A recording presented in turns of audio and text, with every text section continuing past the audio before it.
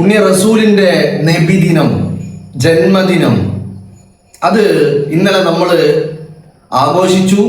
മദ്ഹുകൾ പറഞ്ഞു, മൗലിദുകൾ ഓതി, അങ്ങനെ പലതും ചെയ്ത് നമ്മൾ അതിനെ വളരെ ഭംഗിയാക്കിയിട്ട് അവസാനിച്ചു അല്ലെ. ഇന്നും ഇപ്പൊ പലയിടങ്ങളിലും പല പള്ളികളിലും വിദ്യാർത്ഥികളുടെ പരിപാടികളും അങ്ങനെയൊക്കെ ആയിട്ട് തുടർന്നു കൊണ്ടിരിക്കുകയാണ്. അപ്പൊ അങ്ങനെ ഒരു ഘട്ടത്തില് ഇന്നലെ പല ആളുകളും ഈ ആശംസകൾ അറിയിച്ചുകൊണ്ട് കുറിപ്പുകളും പ്രതികരണങ്ങളും ഒക്കെ നമ്മൾ കണ്ടു. ആ കണ്ട കൂട്ടത്തില് എൻ്റെ മനസ്സിനെ വല്ലാതെ ആകർഷിച്ച അല്ലെങ്കിൽ മനസ്സിനെ തൊട്ട ഒരു കുറിപ്പുണ്ട്. ആ കുറിപ്പ് ഞാനൊന്ന് വായിക്കാം. അത് കഴിഞ്ഞിട്ട് ഞാൻ അതിനെ കുറിച്ച് പറയാം, ആരാണ് എഴുതിയത് എന്നും അതിനുശേഷം പറയാം. ആ കുറിപ്പ് തുടങ്ങുന്നത് ഇങ്ങനെയാണ്: എൻ്റെ കർമ്മങ്ങളുടെ നന്മ കൊണ്ട് അത് സംഭവിക്കില്ല എന്നുറപ്പാണ്.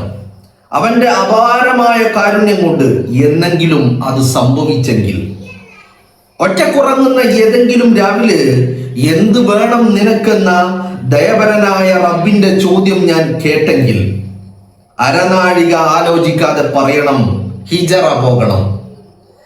ദൂരെ ഏതെങ്കിലും ദേശത്തേക്കല്ല, അതിദൂരെയുള്ള കാലത്തേക്ക്, അന്ത്യദൂതരെ ചാരത്തേക്ക്. ആരാധ്യനായവന്റെ ഏകത്വം, അൽ അമീനിന്റെ പ്രവാചകത്വം, രണ്ടിനും സത്യസാക്ഷിയാകണം. ഹിജറ പോകണം എന്ന് പറഞ്ഞതിനുള്ള വിവരണമാണ്. ആലോചിക്കണം നിങ്ങൾ. ഹിജറ പോകണമെന്ന് പറഞ്ഞ് കേട്ടപ്പോ നിങ്ങൾ കരുതി പണ്ട് മക്കയിൽ നിന്ന് മദീനയിലേക്ക് പുണ്യ റസൂൽ പോയ പോലെ ഒരു ഹിജറ അതായിരിക്കണം ഉദ്ദേശിച്ചത് എന്ന്. അല്ല, ഈ കാലത്ത് നിന്ന് എന്റെ പ്രവാചകന്റെ കാലത്തേക്ക്, പുണ്യ നബി ജീവിച്ചിരുന്ന ആ കാലത്തേക്ക്, പുണ്യ നബിയുടെ ചാരത്തേക്ക്, മുത്ത റസൂലിന്റെ ചാരത്തേക്ക് സല്ലല്ലാഹു അലൈഹി വസല്ലം തങ്ങളുടെ ചാരത്തേക്ക് അങ്ങനെ ഒരു ഹിജറ പോകാൻ സാധിച്ചിരുന്നെങ്കിൽ എന്നാണ് ഈ കുറിപ്പ് എഴുതിയ വ്യക്തി പറഞ്ഞു വെക്കുന്നത്. അവസാനിക്കുന്നില്ല. ഹൃദയ സഖാവായ സിദ്ദീഖ്, ഉടവാള് വലിച്ചെറിഞ്ഞ് ഉമർ, ഉദാരമതിയായ ഉസ്മാൻ, കുട്ടിത്തമ്മാറാത്ത അലി, അവരോടൊപ്പം ഞാനും ചേരണം, പുണ്യ സഹാബത്തിന്റെ കൂടെ എത്താൻ സാധിച്ചിരുന്നെങ്കിൽ എന്ന് പറഞ്ഞാല് ഇതൊരു ഹൈപ്പോത്തറ്റിക്കൽ സിറ്റുവേഷൻ ആണ്. പുണ്യ റസൂൽ ജീവിച്ചിരുന്ന കാലം, മക്കയിലും മദീനയിലുമായി ജീവിച്ച ആ കാലത്ത് പുണ്യ റസൂൽ ജീവിച്ചിരുന്ന അതേ കാലയളവിൽ പുണ്യ റസൂലിന്റെ ചാരത്ത് സല്ലല്ലാഹു അലൈഹി വസല്ലമയുടെ ചാരത്ത് സിദ്ദീഖിന്റെ കൂടെ, ഉമറിന്റെ കൂടെ, ഉസ്മാന്റെ കൂടെ, അലിയുടെ കൂടെ റളിയല്ലാഹു അൻഹും, അവരുടെ കൂടെ, അവരുടെ കൂട്ടത്തിൽ അലിഞ്ഞു ചേർന്ന ഒരുത്തനായിട്ട് ആ കാലത്തേക്ക്, ആ സമയത്തേക്ക് പുണ്യ റസൂലിന്റെ ചാരത്തേക്ക് ഒരു ഹിജ്റ പോകാൻ സാധിച്ചിരുന്നെങ്കിൽ എന്നാണ് എഴുത്തുകാരൻ പറഞ്ഞു വെക്കുന്നത്. ഖദീജ പിരിഞ്ഞുപോയ ഏകാന്ത രാവിലെ അവിടുത്തെ കുടലിന്റെ മുറ്റത്ത് കൂട്ടിരിക്കണം. മക്കത്തെ യാതനകൾ പങ്കിട്ടെടുക്കണം. പാലായനത്തിന്റെ ബണ്ടമേറി മദീനയിലേക്ക് കൂടെ നടക്കണം. ഫാത്തിമയുടെ നിക്കാഹ് രാവിലെ നബിയുടെ മുഖത്തെ നിലാവ് കാണണം. അവിടുത്തെ കണ്ണിൽ അടിമയോടുള്ള കരുണയും അനീതിയോടുള്ള രോഷവും മാറി മാറി തെളിയുന്നത് കാണണം. ബദറിലും മുഹദിലും നിഴൽ പോലെ നിന്ന് പൊരുതണം. വിപ്ലവം ജയിക്കാൻ മക്കത്തേക്ക് മടങ്ങുമ്പോൾ തല ഉയർത്തിപ്പിടിച്ച് അനുഗമിക്കണം. വിജയപേരി പോലെ ബിലാലിന്റെ ബാങ്കൊഴുകുമ്പോൾ മിഴിപൂട്ടിയതിൽ നനയണം. ആലോചിക്കണം. ഞാനിങ്ങനെ ആലോചിക്കുക, എവിടെ നിന്നാ ഇങ്ങനെ ഒരു വരികൾ പറഞ്ഞത് എന്ന്. അപ്പോ ഇങ്ങനെ ഒരു വരി നമ്മള് പല പ്രതികരണങ്ങൾ കേട്ടു, എവിടെയെങ്കിലും പല കുറിപ്പുകൾ കേട്ടു, പല പ്രഭാഷണങ്ങൾ കേട്ടു. എവിടെയെങ്കിലും ഇങ്ങനെ ഒരാഗ്രഹം മുത്തു റസൂലിനെ ഇഷ്ടപ്പെടാൻ, അത് ആത്മാർത്ഥമായി മുത്തു റസൂൽ ഉള്ളിലുണ്ടെങ്കിലേ ഇങ്ങനെ വരുള്ളൂടോ. അത് ഇനിയിപ്പോ ഉള്ളിലുണ്ടെങ്കിലും ചിലപ്പം വരണമെന്നില്ല. മനസ്സിലായില്ലേ? പുണ്യ ഹബീബിനെ അങ്ങനെ അൺകണ്ടീഷണൽ ആയിട്ട് സ്നേഹിക്കാൻ കഴിയണം. അല്ലാതെ എവിടെ നിന്നാ ഇത്തരം വാക്കുകൾ വരുന്നത്? ഇങ്ങനെ ഒരു ചിന്താഗതി, ഇങ്ങനെ ഒരു മെന്റാലിറ്റി എവിടുന്നാ വരുന്നത്? നിങ്ങളൊന്ന് ആലോചിച്ച് നോക്ക്. എത്രമാത്രം ആ മനുഷ്യന്റെ ഉള്ളിലുള്ള അടങ്ങാത്ത ഒരു ആഗ്രഹം ഉണ്ടല്ലോ, അത് എത്രമാത്രമായിരിക്കും? ബദറിലും മുഹദിലും നിഴൽ പോലെ നിന്ന് പൊരുതണം. അറിയില്ല നിങ്ങൾക്ക് എന്തായിരുന്നു ബദർ, എന്തായിരുന്നു ഉഹദ്? ഹംസത്തുൽ കറാർ മറന്നു പോകാൻ കഴിയോ? ഉമറിനെ പറയുമ്പോ, അബൂബക്കർ സിദ്ദീഖിനെ പറയുമ്പോ, ഉസ്മാൻ ബിൻ അഫ്ഫാനെ പറയുമ്പോ, അലി ബിൻ അബീ താലിബിനെ പറയുമ്പോ റളിയല്ലാഹു അൻഹു ഹംസത്തുൽ കറാറിനെ മറക്കാൻ കഴിയോ? ബദറും ഉഹദും കേൾക്കുമ്പോ ഹംസയുണ്ടായിരുന്നില്ലേ റളിയല്ലാഹു അൻഹു? ആ ഹംസയെ മറക്കാൻ കഴിയോ? അല്ലേ? ആ ഹംസയില്ലാത്ത എഴുത്തുകാരൻ തുടരുകയാണ്. അപരന്റെ രക്തവും സമ്പത്തും നിഷിദ്ധമാണെന്ന് അവിടുന്ന് കൽപ്പിക്കുമ്പോൾ അറഫയിൽ നിന്ന് മുഷ്ടി ചുരുട്ടണം. ഹജ്ജത്തുൽ വദാ, അല്ലാഹുവിന്റെ റസൂൽ അറഫയില് അവസാനമായിട്ട് ഒരവസാനത്തെ പ്രഖ്യാപനം, അൽയൗമ അക്മൽതു ലക്കും ദീനുക്കും വഅത്മംതു അലൈക്കും നിഅമതി എന്ന് പറഞ്ഞിട്ട് അല്ലാഹുവിന്റെ റസൂൽ ഇതങ്ങോട്ട് കൺക്ലൂഡ് ചെയ്യുന്ന ഒരു സാഹചര്യം അറഫയുടെ മണ്ണില് ആലോചിച്ചു നോക്ക്. അതിങ്ങനെ സങ്കല്പിച്ചു നോക്കണം. കണ്ണടച്ചിരുന്നിട്ട് അതൊന്നും ഇങ്ങനെ സങ്കല്പിക്കണം. അല്ലാഹുവിന്റെ റസൂല് അറഫയിൽ നിന്നിട്ട് അൽയൗമ അക്മൽതു ലക്കും ദീനുക്കും വഅത്മംതു അലൈക്കും നിഅമതി. അറഫ നേരിട്ട് കാണാത്തവര് ദൃശ്യങ്ങളിലൂടെ, വീഡിയോകളിലൂടെ നിങ്ങൾ അറഫ കണ്ടിട്ടുണ്ടാവും. ഇന്നത്തെ അറഫ നിങ്ങൾ സങ്കല്പിച്ചാൽ മതി.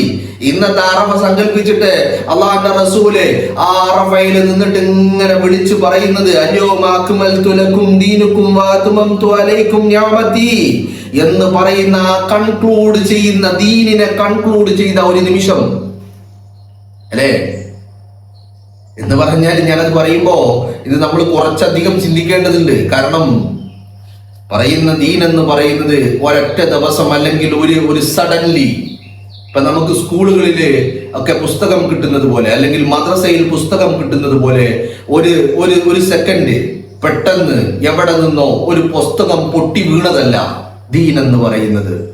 ഖുർആൻ അങ്ങനെ ഒരു പ്രിന്റഡ് ലിപി അല്ലെങ്കിൽ ഒരു പ്രിന്റഡ് പുസ്തകമായിട്ട്, ഖുർആനായിട്ട്, മുസ്ഹഫായിട്ട് ഇറങ്ങി വന്നതല്ല. 23 വർഷം കൊണ്ട്, 23 വർഷം അല്ലേ, ഒരു വലിയ കാലയളവ്. 23 വർഷത്തിൽ പല ഘട്ടങ്ങളിൽ, പല സാഹചര്യങ്ങളിൽ, പല പല പല സമയങ്ങളിൽ, പല ഇടവേളകളിൽ, ഓരോ സന്ദർഭങ്ങളിലും അതിൻ്റെതായ സന്ദർഭങ്ങളിൽ അതിങ്ങനെ ഓരോ ഘട്ടമായിട്ട് വന്നതാണ് ഖുർആൻ എന്ന് പറയുന്നത് അല്ലേ. ഹിറാ ഗുഹയിൽ വെച്ചിട്ട് ജിബ്രീൽ വന്നിട്ട്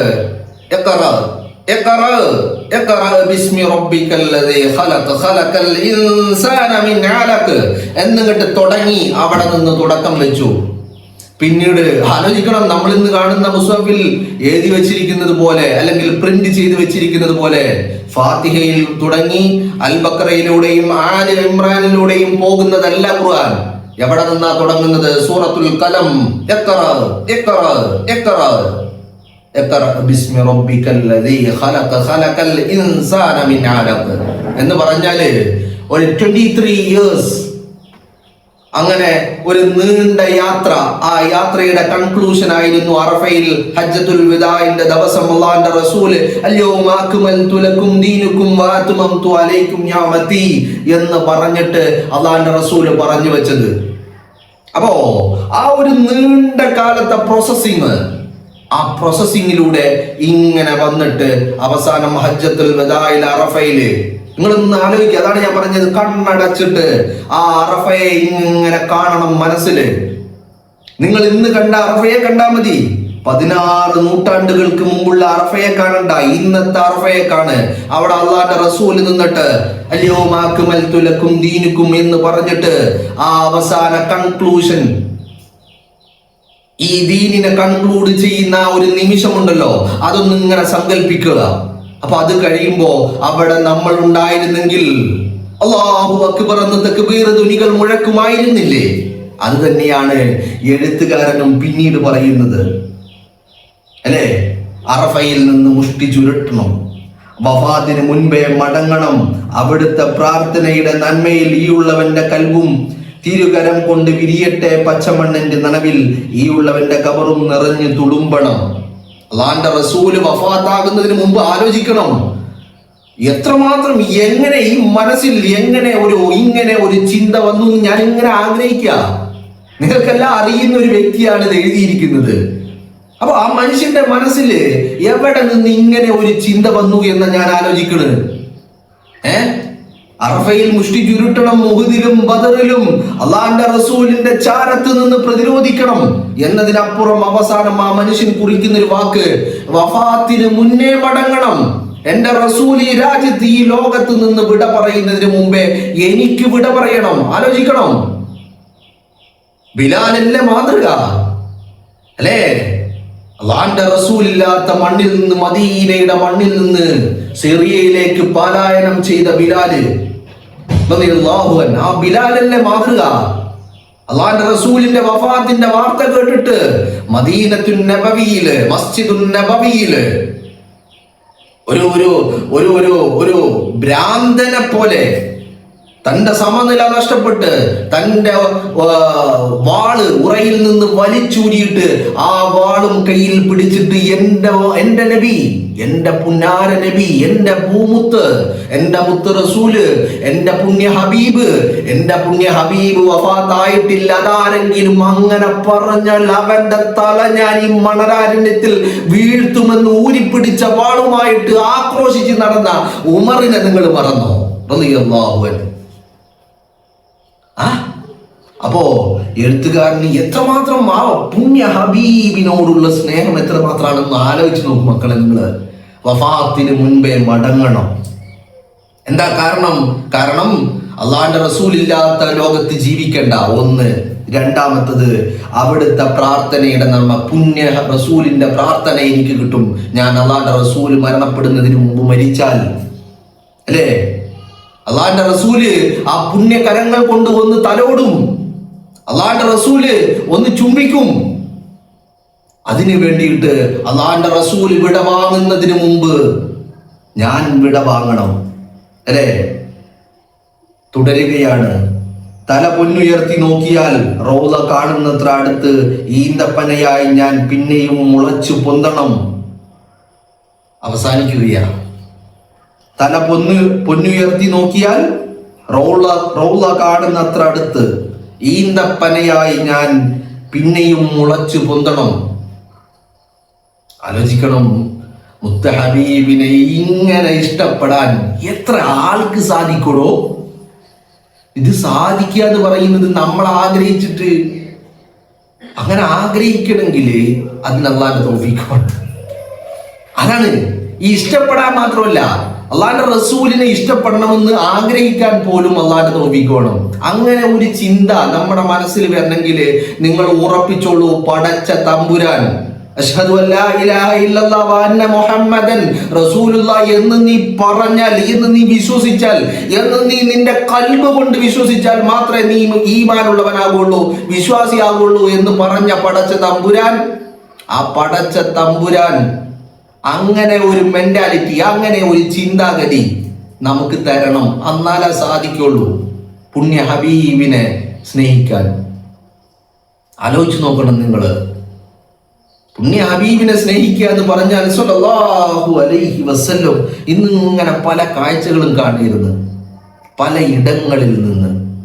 അതില് ഈ കാസർഗോഡ് ജില്ലയിലെ ബാബാനഗറിൽ നിന്നുള്ള ഒരു കാഴ്ച കണ്ടു. പുണ്യ റസൂലിന്റെ മീലാദ് എന്ത് ഭംഗിയായിട്ട്, എത്ര ചിട്ടയോട് കൂടിയിട്ട്, ഒരു പ്രൊഫഷണൽ ടച്ചോട് കൂടിയിട്ട് അവരത് ചെയ്ത് വെച്ചിരിക്കുന്നതെന്നറിയാമോ? അതിങ്ങനെ കാണുകയാണ്. അതിങ്ങനെ കാണുമ്പോൾ അതിൻ്റെ കൂടെ ആ ഒരു പുന്നാര മോനുണ്ട്. ഞാൻ കഴിഞ്ഞ ദിവസം ആ വീഡിയോ ഒന്ന് പങ്കുവെച്ചിട്ടുണ്ടായിരുന്നു, എൻ്റെ റിഹേഴ്സൽ നടത്തുന്നതിൻ്റെ വീഡിയോ. ആ പുന്നാര മോന്റെ വരികൾ, പാട്ട്, പുണ്യ റസൂലിന്റെ മദ്ഹ് ഇങ്ങനെ പറയാ. ഇന്നിപ്പോ ഞാൻ ഇത് പറയുന്നതിന് മുമ്പ് ഞാൻ ഇന്ന് ഒരാളുടെ ചില സംസാരം കേട്ടു. എന്താണ് ആ സംസാരം എന്ന് പറയുന്നത്? പരിശുദ്ധ ഖുർആനിലെ ഒരു ആയത്തിനെ കുറിച്ചാ. ഇന്നല്ലാഹ വ മലായികതുഹു എന്ന് തുടങ്ങിയിട്ട് യുസല്ലൂന അലൻ നബി എന്ന് പറയുന്ന ആയത്തുണ്ടല്ലോ, അതിനെക്കുറിച്ച് ഇങ്ങനെ വിശദീകരിക്കുക. അപ്പൊ അതിനെക്കുറിച്ച് വിശദീകരിക്കുമ്പോൾ ഒരു പണ്ഡിതൻ പറയുന്ന കാര്യമാണ്. അപ്പൊ അതിനെക്കുറിച്ച് വിശദീകരിക്കുമ്പോൾ ആ പണ്ഡിതന് പല അയിമ്മത്തുകളെയും ഇങ്ങനെ ഉദ്ധരിക്കുന്നുണ്ട്. അപ്പോ ആ അയിമത്തുകളൊക്കെ ഈ ആയത്തിന്റെ തഫ്സീറിൽ പറഞ്ഞത്, ഈ ആയത്ത് എന്ന് പറയുന്നത് തന്നെ അള്ളാഹിന്റെ റസൂലിന്റെ മദ്ഹ് പറയുന്നതിന്, ആ മദ്ഹിന്റെ പ്രാധാന്യം, അതിന്റെ ഗൗരവം, അത് എത്രത്തോളം ഉണ്ട് എന്ന് നമുക്ക് മനസ്സിലാക്കാൻ വേണ്ടിയിട്ടാണ് അങ്ങനെ ഒരു ആയത്ത് തന്നെ വന്നത് എന്നാണ് പറയുന്നത്. ഇപ്പൊ ഈ മദ്ഹ് പറയാന് ഒരു തൗഫീഖ് ഉണ്ടാകണം എന്നുള്ളതാണ് ആകത്തുക എന്ന് പറയുന്നത്. ആ തൗഫീഖ് അതൊരു വലിയ വിഷയമാണ്. എങ്ങനെ? ഞാൻ മുസ്ലിമാണ്, ഞാൻ 5 നേരം നിസ്കരിക്കുന്നവനാണ്, ഞാൻ സകാത്ത് കൊടുക്കുന്നവനാണ്, ഞാൻ ഹറാമുകൾ ചെയ്യാത്തവനാണ്, ഞാൻ നോമ്പനുഷ്ഠിക്കുന്നവനാണ്, അങ്ങനെ ഞാൻ ഹജ്ജ് ചെയ്യുന്നവനാണ്, ഞാൻ ഉംറക്ക് പോകുന്നവനാണ്, അങ്ങനെ പലതും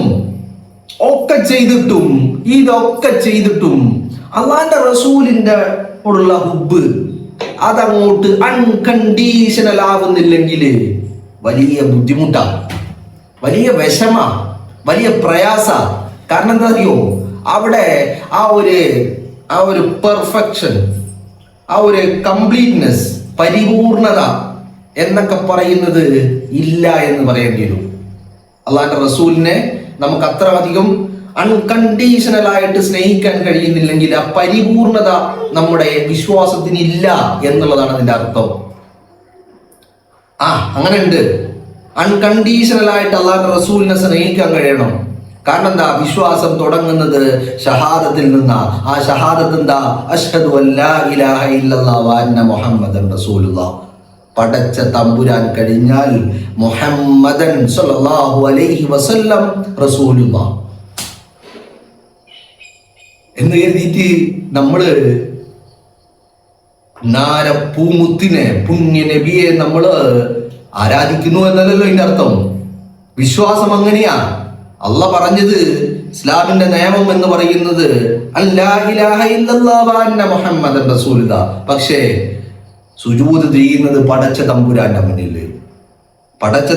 മുന്നിൽ സുജൂദ് ചെയ്യുമ്പോ അതേ രീതിയിൽ ഈ പറയുന്ന മനസ്സിന്റെ ഉള്ളിൽ അള്ളാഹിന്റെ റസൂലിനോടുള്ള ഹുബ്ബ് ഉണ്ടാകണം, മഹബ്ബത്ത് ഉണ്ടാകണം, അൺകണ്ടീഷണൽ ലവ് അത് വേണം. അപ്പോഴേ അതങ്ങോട്ട് കംപ്ലീറ്റ് വിശ്വാസമാണെന്ന് നമുക്ക് പറയാൻ കഴിയുകയുള്ളൂ എന്നുള്ളതാണ്. അപ്പൊ ഈ കുറിപ്പ് എഴുതിയ വ്യക്തി മറ്റാരുമില്ല കേട്ടോ, അഡ്വക്കേറ്റ് ഷിബു മീരാൻ.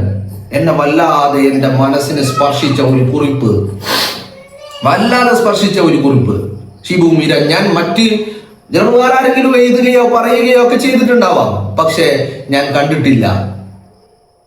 ഇന്നലെ കണ്ടതിൽ എൻ്റെ മനസ്സിനെ തൊട്ട, വല്ലാതെ സ്പർശിക്കുക ചെയ്ത ഒരു വായിക്കുമ്പോൾ തന്നെ വല്ലാതെ നമ്മളും ആ വരികൾക്കൊപ്പം ഇങ്ങനെ പോകും. നമ്മളും ആഗ്രഹിക്കും അതുപോലെ. ഇതൊക്കെ നമ്മുടെ മനസ്സിലും ഉണ്ടായിരുന്നെങ്കിൽ, ഇങ്ങനെ എനിക്ക് സാധിച്ചിരുന്നെങ്കിൽ എന്ന് നമ്മളും ആഗ്രഹിച്ചു പോകുന്ന ഒരു വരികള്. എന്താ സംഭവം? മറ്റൊന്നല്ല, പുണ്യ റസൂലിനോടുള്ള ഹുബ്ബ്. ആ ഹുബ്ബ് അതാണത്.